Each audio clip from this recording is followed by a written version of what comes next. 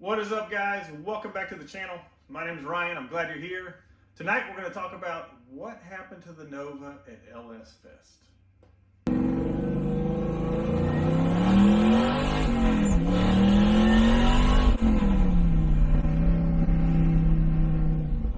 Alright, first things first. If you haven't watched the Shakedown, Breakdown, Takedown Road Trip LS Fest video, go watch that to get some context around the issues we had on our road trip up and back to Bowling Green for LS Fest. Alright, so here's the deal. When we left LS Fest, we knew one thing for certain. Cylinders 2 and 6 were not getting good spark. It was intermittent if they were getting spark at all. So with the help of the Holley people up there, we checked the fuel system, we checked a lot of things, and we diagnosed that those two cylinders were causing the issue. So what was happening is we were losing spark on 2 and 6. The computer would read lean, since the O2 sensor is on the even bank over here. When those two cylinders wouldn't fire off, you just had a bunch of raw air blowing through the system. So the computer, the ECU's automatically thinking, oh my gosh, it's lean, let's try and put more fuel in to compensate. So what would happen is it would just start dumping fuel in and the car would just bug. It would start to backfire because you just had all this unburnt fuel flowing through the exhaust system because the computer was trying to compensate for what it thought was a lean condition. So that's why we just couldn't drive it once it started having issues. So unfortunately up at LS Fest, if any of you were up there, you know that Friday we had some time to work on it right when we got there. Saturday morning we started working on it again, trying to chase issues, and I'll tell you some of the issues we had and what we were trying to diagnose. But then at lunchtime it just started pouring down rain, and it rained the rest of the day, the rest of the evening. I mean, it just rained and rained and rained. So we didn't get to try as many things as we wanted to try, and I think if we had had a full day Saturday to just sit and work on the car, we could have figured the problem out up there in Bowling Green. Instead, we thought we kind of had it fixed and then hit the road, and obviously, if you saw the other video, we didn't make it home. So let's kind of talk through some of the things we did and what we tried once we got back to the shop. Alright, so working on the car up at LS Fest, we knew that 2 and 6 were the problem, so we started trying to chase the issue. So the first thing, the guys had an idea. They said, alright, well let's do this. Let's swap the coil harness and the plug wires off cylinders 2 and 4, and let's see if we can get cylinder 2 to start firing correctly. If it's your coil that's going bad, by swapping them around, we'll know that the problem should move to cylinder 4, right? So what we expected is we had a plug out and we're kind of checking it, and we can see cylinder 2's spark was super weak. So once we swapped everything around, or we also checked cylinder 4, we could see it had super strong spark. Well, then we swapped those two cylinders around, and then both of them were firing fine. Like, both of them looked perfect. So we said, okay, that's weird. We expected the problem to move from 2 to 4 since we swapped everything. If the coil was bad, that's what should have happened. So then we said, well, okay, when I moved everything around, maybe this coil harness right here has a loose wire. Maybe when I was swapping from cylinder 2 to 4, I just pushed the wires back in. So let's do this. Let's swap and let's put a new coil harness on there. So we took, and the guys at Holley had a new coil harness. They said, and this is basically what the coil harness is, right? It comes off your main ECU, plugs in right here, and it just goes to, 2468 right here. It plugs into those coils. So it's just a little, adapter harness that they have on there.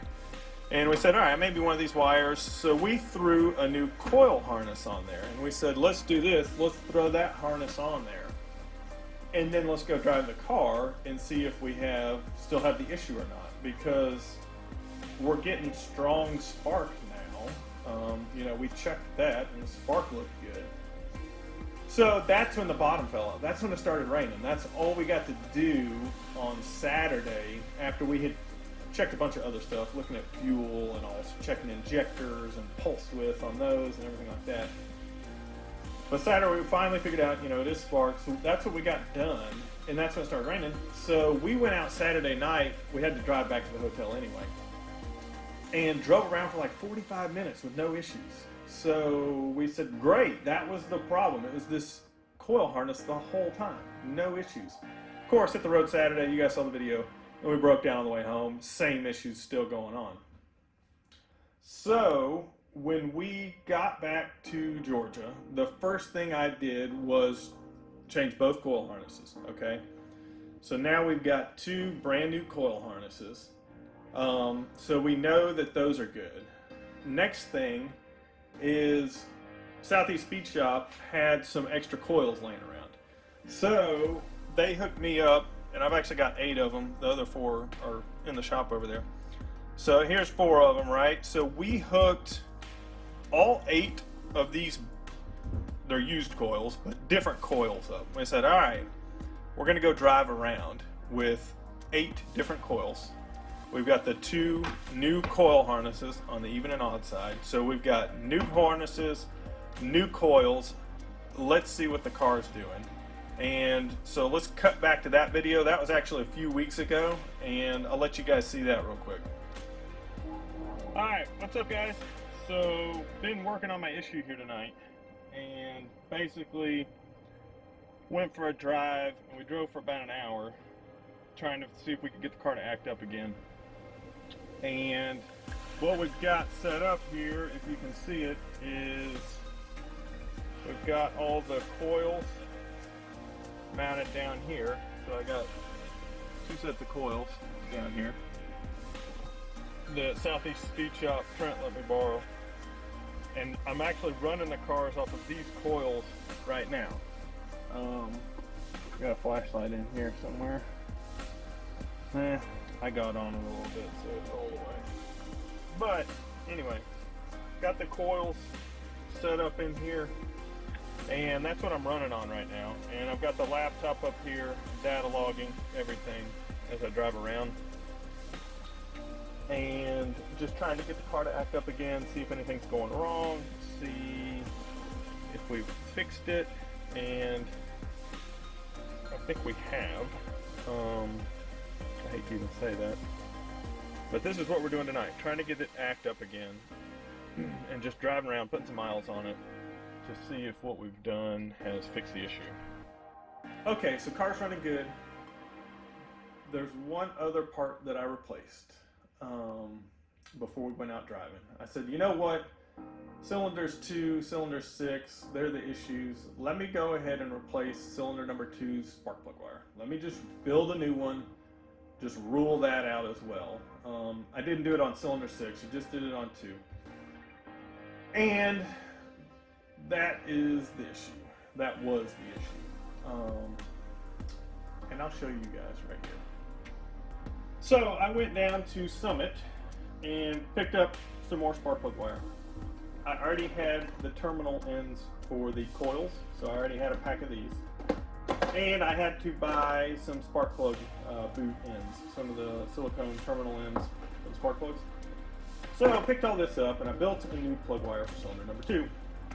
Now, to get the coil boots on, if you've ever done these over this 8.5 millimeter wire, you will know that it is really tight, really tight. So I put some Dawn soap on here and lubed it up, slide the boot on easier, then you put the terminal on and you crimp it down. And what I noticed is when I was going to put it in the coil, I could not get it to click down in there. I just couldn't feel it clipping. And I noticed my boot kept sliding down. I'd get it here and the boot was kind of sliding. I was like, that doesn't feel right. I still had it lubed up, so I thought, well, maybe it's just sliding. So I said, you know what? Let's just check for sure. I pulled the boot all the way back out of the way, slid it up to about right here. And I went to put this down in here and it wouldn't go. Just like that. It was getting stuck. This is so tight right here. And this wire is so thick.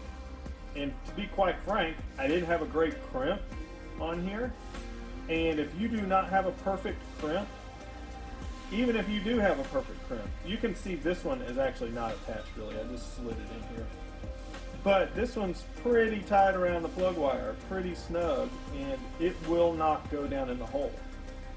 So what I noticed is I had it crimped, so I came back and crimped it some more, and then I even had to trim away a little bit of the boot, or a little bit of the silicone here, to get it to go down smoothly into the coils. So I think my issue the whole time with cylinder 2 and 6 is I had these on here. Now it was intermittent, so I know they were down in there some, so they just were probably close enough that the spark could jump for a while, but maybe the coil heated up or the wire started to heat up and it just slid, or it just vibrated out a little bit, moved far enough away that we no longer had any spark traveling through the wire. So the whole time my issue was bad crimps down here at the coils that wouldn't allow the wire and crimp to go down in and click on firmly to the coils. I think they were touching. I think they were close. They were down in there. They just weren't clicked all the way on. And it was so intermittent. You could crank the car up and it'd run fine for a while, or you could crank it up and it'd be misfiring right away. And it was so intermittent, it was really hard to find. But fortunately, putting these coils in and building this new plug wire helped me to discover the issue. So I think we're good now. I think we're good to go. The whole time, just some plug wires and some bad crimps. So if you're using a thick wire, this is an 8.5 millimeter wire. If you're using something like these superconductors, if you're using something like Taylor makes a 9 millimeter wire, and I actually have some of those upstairs, which I'm glad I didn't put those on the car. Just be really cautious that these LS coils are so tight up here at the top. You really have to have a perfect crimp, and even then, just double check to make sure you're getting full extension down into the hole here, because that was our issue the whole time. So we're pulling these coils back out of the car. Gonna hook back up my old coils. We're gonna go ahead and put the new coil harnesses on there anyway. One of them's already on. We'll put the other one on. So we'll have new coil harnesses. Hook our coils back up. We've got one new plug wire. Cylinder number 4 is fine. It was good enough. I could re-crimp it a little bit and close this down and get it back on there. But I'm gonna go ahead and check the rest of them as we put it in the car. But that's it, guys. That was my whole issue. Bad plug wires causing 2 cylinders not to fire, causing the computer to read lean, causing it to run really bad. I don't think it would have been as bad if they had been on the odd bank where there's not an O2 sensor. I bet we could have limped along just running on 6 cylinders and it probably would have been fine. It just happens that the 2 that were having problems were both on the same bank, both on the bank with the O2 sensor.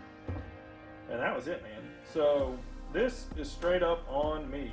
This whole thing is on me. Bad job putting these plug wires together, and it ended up costing me. Now, fortunately, I don't think we messed anything else up. I don't think anything expensive is broken. So, in that sense, it turned out great. So that's it, man. Little lesson learned. And it's one of those things, you know, should have known right away when we swapped the 2 and 4 around that, you know, we changed this end of the harness, but what happened is when we swapped 2 and 4 around, then we had good spark on both of them. I had shoved it down the hole far enough, we had good connection. So that tells you how close it was to being on there right or not. But that's it, man. Just wanted to fill you guys in on the issues we had. I know I kind of left y'all hanging, and just wanted to explain it to you.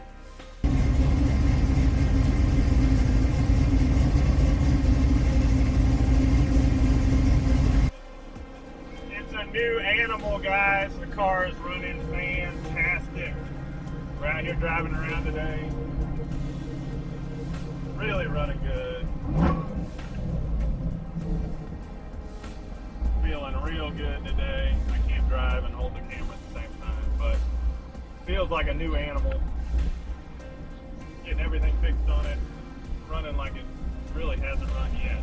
So good to feel, good to drive around, feeling good. Subscribe. subscribe on YouTube and follow us on Instagram at Grand Touring Pro.